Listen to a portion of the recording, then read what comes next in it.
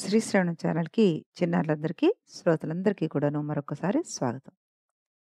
ఈరోజు మనం పరాశర సంహితలో హనుమత్ జననం గురించి చెప్పుకుందామే. ఇక పరాశర సంహితలో ఏం చెప్పాడు ఈ జననం గురించి అది గూడా చూద్దాం. పరాశర మహర్షి, మైత్రేయ మహర్షి హనుమత్ జన్మ కథనం గురించి చెప్తున్నాడనమాట. మైత్రేయ విశ్వకర్మకు మహాసాధ్వియగు ఛాయ అనే పేరు గల కుమార్తె ఉంది. ఆ విశ్వకర్మ ఆమెను సూర్యునికిచ్చి వివాహం చేశాడు. ఆమె సూర్యుని తేజస్సును సహింపలేకపోయింది. అప్పుడు వాళ్ళ తల్లి అడగగానే ఆవిడ, "అమ్మో! ఇంత సూర్యశక్తిని నేను తట్టుకోలేకపోతున్నాను" అంటూ ఆవిడ దగ్గర తన మనసులో మాట చెప్పిందట. కుమార్తె మాటలు విన్న ఛాయాదేవి తల్లి తన భర్తతోటి చెప్పిందనమాట. భార్య మాట విన్న విశ్వకర్మ సూర్యుడిని సానబెట్టి తక్కువ తేజస్సు గల వానిడిగా చేశాట.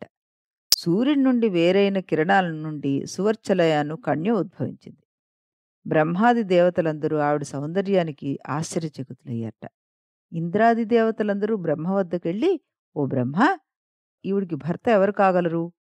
మాకు చెప్పవలసిందంటూ" అడిగారట. అంతటా బ్రహ్మ హనుమంతునకు ఈవిడ భార్య కాగలదని చెప్పగా, వారు బ్రహ్మ అనుమతితోటి స్వస్థలానికి వెళ్ళిపోయారు.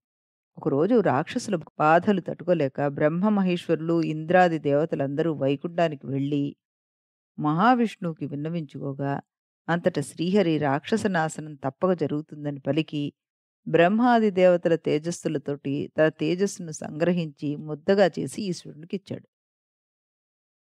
దాన్ని ఈశ్వరుడు మింగాట. విష్ణుదేవతలారా, ఈ తేజస్సు నుండి బలవంతుడగు ఒక వానరుడు ఉద్భవిస్తాడు అని చెప్పాట. కొంతకాలం గడిచిన తర్వాత పార్వతీ పరమేశ్వరులు వెంకటాచలమునందు విహరిస్తున్నారనమాట. వాళ్ళిద్దరూ అక్కడ 1000 సంవత్సరాలకు పైగా ఉండిపోయారట. అప్పుడు శివుడి తేజస్సు భరించలేకపోయింది ఆవిడ. దాన్ని అగ్నిదేవుడి యందు ఉంచింది.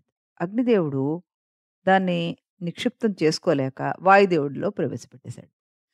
అగ్నే చిక్షిపతత్తేజః పార్వతీ ధారణాక్షమా స చాప్యశక్త తద్వాయో నిక్షిపన్ విసర్జః. ఇది పరాశర సంహితలో చెప్పబడింది మనకి. ఆ సమయంలో కేసరి భార్యయగు వానర జాతి అంజనాదేవి గొప్ప బలవంతుడగు పుత్రుని కోరుకున్నదై ఇంద్రియాలన్నింటినీ నిగ్రహించి తపస్సు చేస్తోంది. ఆవిడందు ప్రీతి పొందిన వాయుదేవుడు ఈ తేజస్సును తీసుకెళ్ళి ఆవిడకిచ్చాడు. ఆవిడ దాన్ని స్వీకరించి అనతి కాలంలోనే గర్భం దాల్చిందనమాట. ఆ తర్వాత ఆవిడ పుత్రుడికి జన్మనిచ్చింది. అంజనాదేవి తోటి ఆకాశవాణి ఈ విధంగా చెప్పింది.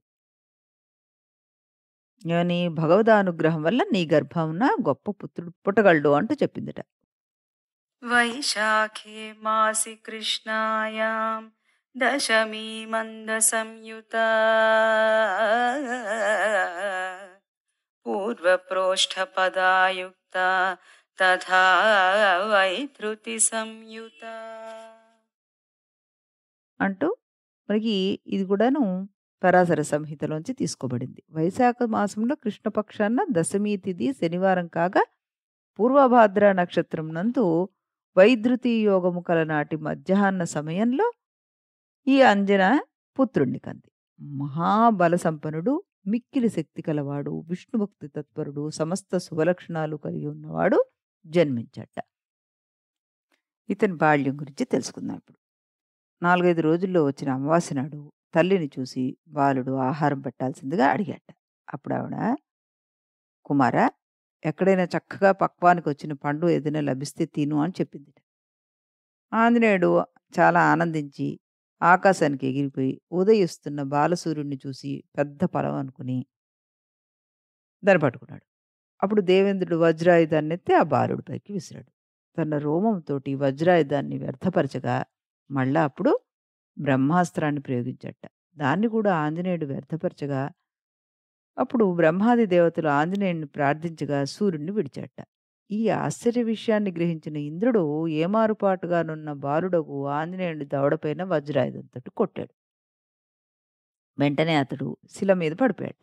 మూర్ఛ చెందిన ఆ పుత్రుని చూసిన వాయువుకి కోపం వచ్చేసింది. అందరి దేహంనందరి వాయువుల్ని నిగ్రహించేశాడు. జగత్తంతా చైతన్యాన్ని కోల్పోయింది. అప్పుడు బ్రహ్మ, విష్ణువు, ఈశ్వరుడు, ఇంద్రాది దేవతలు, గంధర్వులు, సిద్ధులు, మహర్షులు సైతం వచ్చి వాయుని గూర్చి దేవతలకే లభ్యము కాని వరాలను ప్రసాదిస్తామని ప్రార్థించారట. దీర్ఘాయువును, బలమును, పరాక్రమమును, ఆరోగ్యమును, బుద్ధి, విద్యలు, తపస్సు, తేజస్సు, వాక్పటుత్వము, ప్రసన్నత, చతురత, ధైర్యము, వైరాగ్యము, విష్ణుభక్తి, ఏ అస్త్రంతోనూ సమస్త దేవగణ రాక్షస గణాలతో జయింపబడిన శక్తిని, ఇంకా పలు రకాల శుభప్రదములకు వరాలన్నిటినీ ప్రసాదించి దేవతలు అదృశ్యమయ్యారు. అప్పుడు ఈయనకి శాంతి కలిగిందిట వాయుదేవుడికి. మహాదేవుడు రుద్రుని తేజస్సు వలన దేవతల తేజస్సుని మించిన ఈశ్వర తేజోధార్యుడయ్యాడు ఈ హనుమ. పార్వతీ గర్భంలో సంభవించడం చేత పార్వతీ గర్భుడు అన్న పేరు కూడాను ఉంది దీనికి. అగ్నిచేత ధరింపబడ్డాడు కాబట్టి అగ్నిగర్భుడు అన్న పేరు కూడా ఉందన్నమాట. ఆ రకంగా స్తుతించారట వాళ్ళు. ఖరాసురుడనే రాక్షసుణ్ణి వధించడానికి శివకేశవులు పందెం వేసుకున్నట్ట. ఓడించిన వారు గెలిచిన వారికి దాస్యం చేయాలి. శివుడు ప్రయత్నించి విపులుడు కాగా విష్ణు కృతకృత్యుడయ్యాట. పరమేశ్వరుడు తన నిజ రూపంతోటి విష్ణువుకి దాస్యం చేయడం వీలు కాదు గనక పరమేశ్వర అంశ అయిన ఆంజనేయుని రూపంలో శ్రీరామావతారంలో శ్రీరాముడికి దాస్యం చేశాడు అంటూ ఈ పరాశర సంహిత మనకి ఒక కొత్త కథని చెప్పిందనమాట. రేపు మనం ఇంకా అసలు ఆంజనేయ స్వామి గురించి కిష్కింధకాండ దగ్గర నుంచి మొదలుపెట్టి యుద్ధకాండ వరకు ఏమేం జరిగాయి, ఎలా ఎలా జరిగాయి, అవన్నీ కూడాను ఈ రచయిత ఏ విధంగా మనకు అందిస్తున్నారో అన్నీ చక్కగా తెలుసుకుందాం. అంతవరకు సెలవు.